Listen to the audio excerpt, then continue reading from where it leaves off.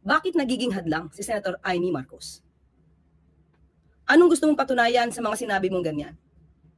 Matagal ng issue to at napatunayan na to na hindi totoo ang bintang na yan. Ginawa nyo yan para siraan lang ang Pangulong Marcos Jr. Nagpagawa pa kayo ng AI-generated na video. Pero nung hindi umubra at napatunayang peke, lahat na lang ng pagbibintang para masirang Pangulo, ginawa nyo. Pero lahat yan, peke. Lahat yan fake news. Bakit nagiging hadlang si Amy Marcos? Saan? Kanino? Kay BBM?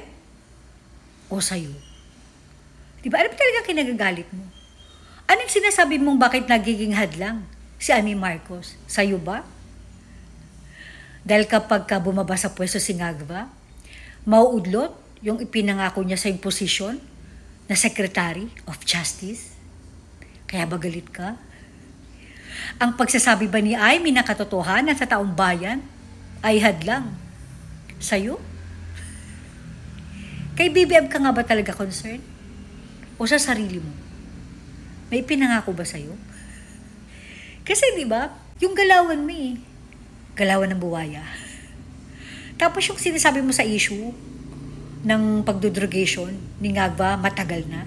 Matagal na nga to. Paulit-ulit nga Kasi nga ayaw magpa-drug test. Ganun na kasimple. Sabi nga ni Vice President Sara, di ba, let us all presume that the President is judic kasi ayaw nga niya magpa-drug test. Napakasimple lang naman Hindi nga kailangan ng malaking budget para sa drug test, pero ayaw niya. Tapos yung sinasabi mo na gumawa pa ng video, AI, fake naman, fake news, ganyan, may gulay. Palagi yan lang ang depensa nyo. Yung video ay fake news. Fake yung tenga, fake yung leeg, fake yung buhok, ganun. Sana ang sinasabi nyo, hindi nagdodrogation ang Pangulo. Instead of saying, okay, that the video is fake, dapat ang sinasabi nyo, hindi nagdodrogation ang Pangulo. Napakasimple. Ang layo kasi Fake. Fake yung video. Dapat ang sinasabi nyong depensa, hindi nagdodrogation ng Pangulo.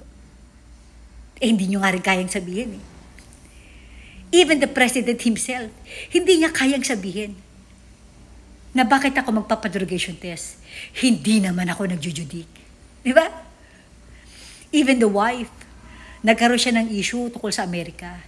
Pwede niya itong i-deny kung gusto niya. Pwede niyang sabihin na wala itong katotohanan. Ako po ay hindi gumagamit ng ipinagbabawal na G. Pwede yun Even Charis, dahil nachichismis na din siya tungkol sa paggamit niya na ipinagbabawal na G. Pwede niya rin itong i-deny.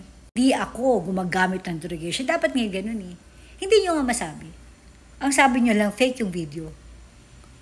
Ang tanong, gumagamit ba ang Pangulo?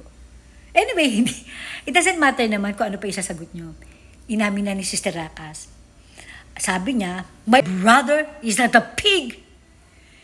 Isa siyang judik. Ganon.